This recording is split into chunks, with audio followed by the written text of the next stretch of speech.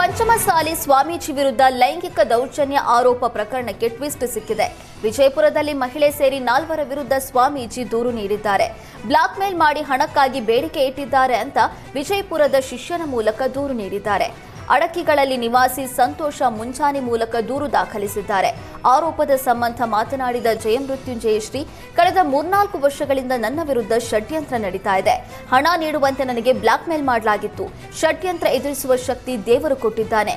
ಷಡ್ಯಂತ್ರಕ್ಕೆ ಕುಮ್ಮಕ್ಕು ಕೊಟ್ಟವರು ಯಾರು ಅಂತ ಇಡೀ ಜಗತ್ತಿಗೆ ತಿಳಿದಿದೆ ಅಂತ ಪ್ರತಿಕ್ರಿಯೆ ನೀಡಿದ್ದಾರೆ.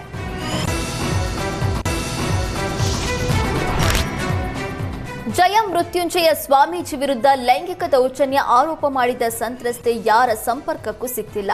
ಹೀಗಾಗಿ ಕಾನೂನು ಪ್ರಕ್ರಿಯೆಗೆ ಅಡ್ಡಿಯಾಗಿದೆ.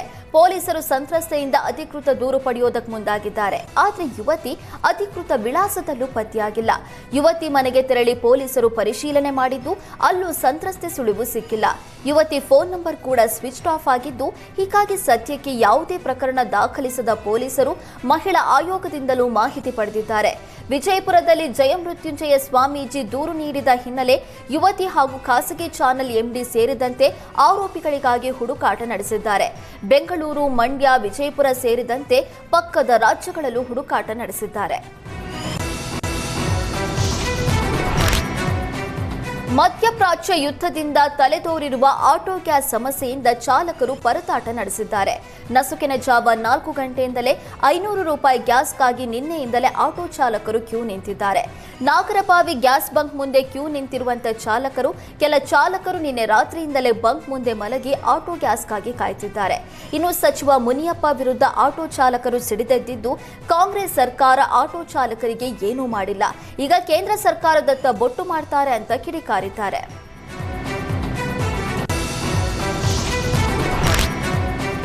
ಎಲ್ಪಿಜಿ ಗ್ಯಾಸ್ ಸಿಗದೆ ಆಟೋ ಚಾಲಕರು ಕಣ್ಣೀರು ಹಾಕ್ತಿದ್ದಾರೆ. ಶೇಷಾದ್ರಿಪುರಂನಲ್ಲಿರುವ ಟ್ರೂ ಗ್ಯಾಸ್ ಬಂಕ್ ಮುಂದೆ ಚಾಲಕರು ಕ್ಯೂ ನಿಂತಿದ್ದು ಆಕ್ರೋಶ ವ್ಯಕ್ತಪಡಿಸಿದ್ದಾರೆ. ದಾವಣಗೆರೆ, ಬಾಗಲಕೋಟೆಯಲ್ಲಿ ಹೋಗಿ ಪ್ರಚಾರ ಮಾಡ್ತಾರೆ, ಬೆಂಗಳೂರಿಗೆ ಬಂದು ಐಪಿಎಲ್ ಟಿಕೆಟ್ ತಗೊಳ್ತಾರೆ. ಆದರೆ ಆಟೋ ಚಾಲಕರ ಸಮಸ್ಯೆ ಮಾತ್ರ ಯಾರೂ ಕೇಳಲ್ಲ. 600 ರೂಪಾಯಿ ಕೊಟ್ಟು ಗ್ಯಾಸ್ ಹಾಕ್ಸಿ, ನಾವು ಬರೀ 500 ರೂಪಾಯಿ ಬಾಡಿಗೆ ಹೊಡಿತೀವಿ. ತಿನ್ನೋದಕ್ಕೆ ಇನ್ನೊಬ್ಬರ ಹತ್ರ ಕೈ ಚಾಚುವ ಪರಿಸ್ಥಿತಿ ಬಂದಿದೆ. ದಿನ ಬೆಳಗಾದ್ರೆ ಬಡ್ಡಿ ಸಾಲ ಕಟ್ಟಬೇಕು ಅಂತ ಆಟೋ ಚಾಲಕ ಕಣ್ಣೀರು ಹಾಕಿದ್ದಾರೆ.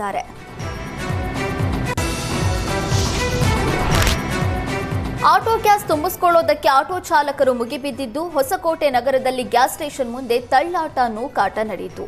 ಕೊಲ್ಲಿ ದೇಶಗಳ ಯುದ್ಧದ ಹಿನ್ನೆಲೆ 1 ಲೀಟರ್ ಗ್ಯಾಸ್ ಬೆಲೆ 115 ರೂಪಾಯಿಗೆ ಏರಿಕೆ ಮಾಡಲಾಗಿದೆ. 3 ಬಾರಿ ಗ್ಯಾಸ್ ದರ ಏರಿಕೆಗೆ ಚಾಲಕರು ಆಕ್ರೋಶ ಹೊರಹಾಕಿದ್ದಾರೆ.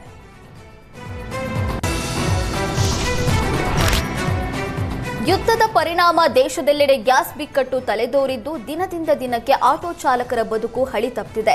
ಶಿವಮೊಗ್ಗದ ಆಟೋ ಎಲ್ಪಿಜಿ ಗ್ಯಾಸ್ ಬಂಕ್ಗಳು ಖಾಲಿಯಾಗಿದ್ದು, ಚಾಲಕರಿಗೆ ದಿಕ್ಕು ತೋಚದಂತಾಗಿದೆ.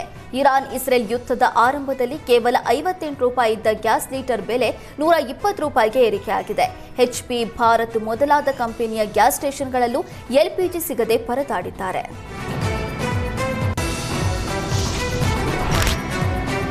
PSI ಅಕ್ರಮದ king pin RD Patil ಮತ್ತೆ ಕಲಬುರಗಿ ಜೈಲಿಗೆ ಸ್ಥಳಾಂತರ ಮಾಡಲಾಗಿದೆ.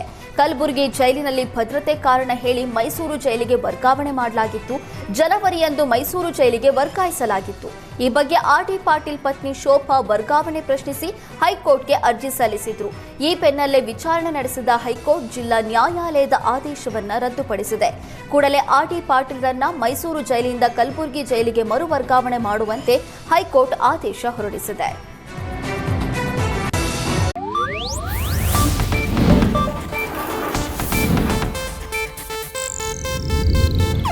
ಇದು ಏಷ್ಯಾನೆಟ್ ನ್ಯೂಸ್ ನೆಟ್ವರ್ಕ್ ಪ್ರಸ್ತುತಿ.